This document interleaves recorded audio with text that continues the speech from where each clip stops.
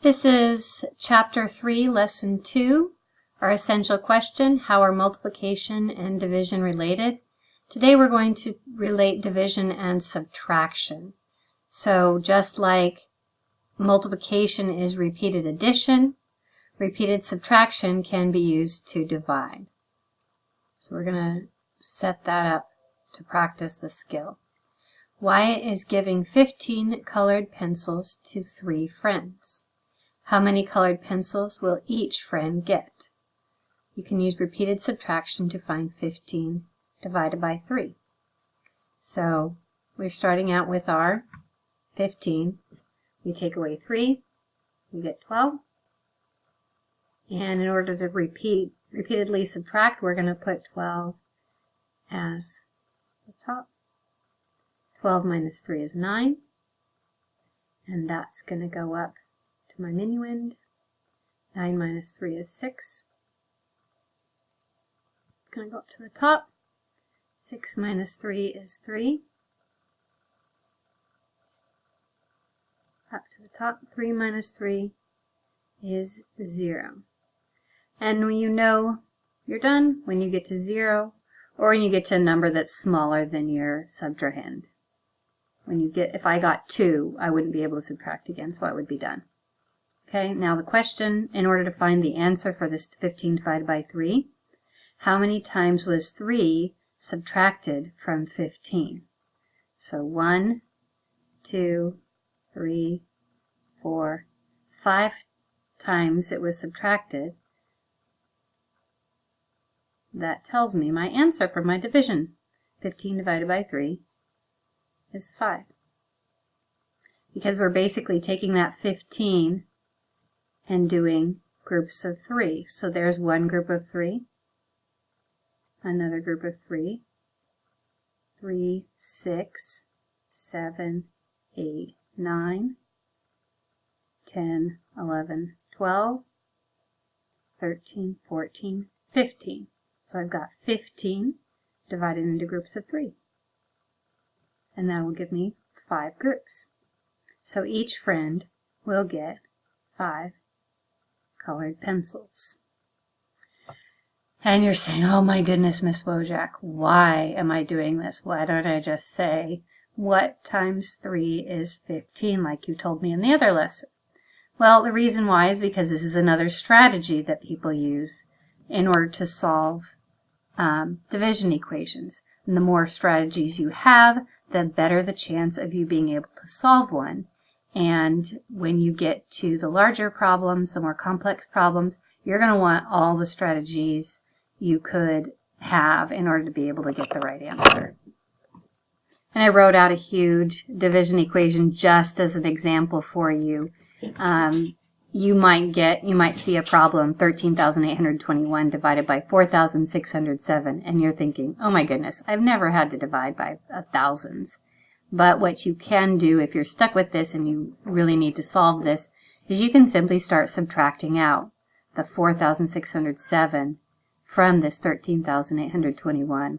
And you won't have to get far because this is such a large number. You won't have to go far in order to get your answer, even when you cannot write it in the box and solve it the traditional division way. You will be able to get it even though you haven't learned all those skills. You have learned the subtraction skill, and that will be able to help you work through this complex problem. Now, example number 2 on page 142 is very similar to the other one. We're still repeated subtraction, but we're using a number line this time instead. So, the students in Mr. Bantha's class are helping set up games for family fun math night. Each game can have 4 players.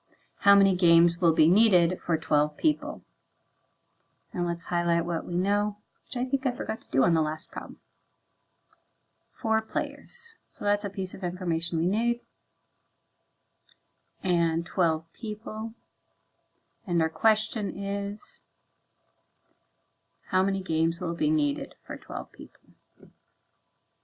Okay, so this is what we're going to find. We're going to find 12 people divided into teams of 4. So 4 players for each game.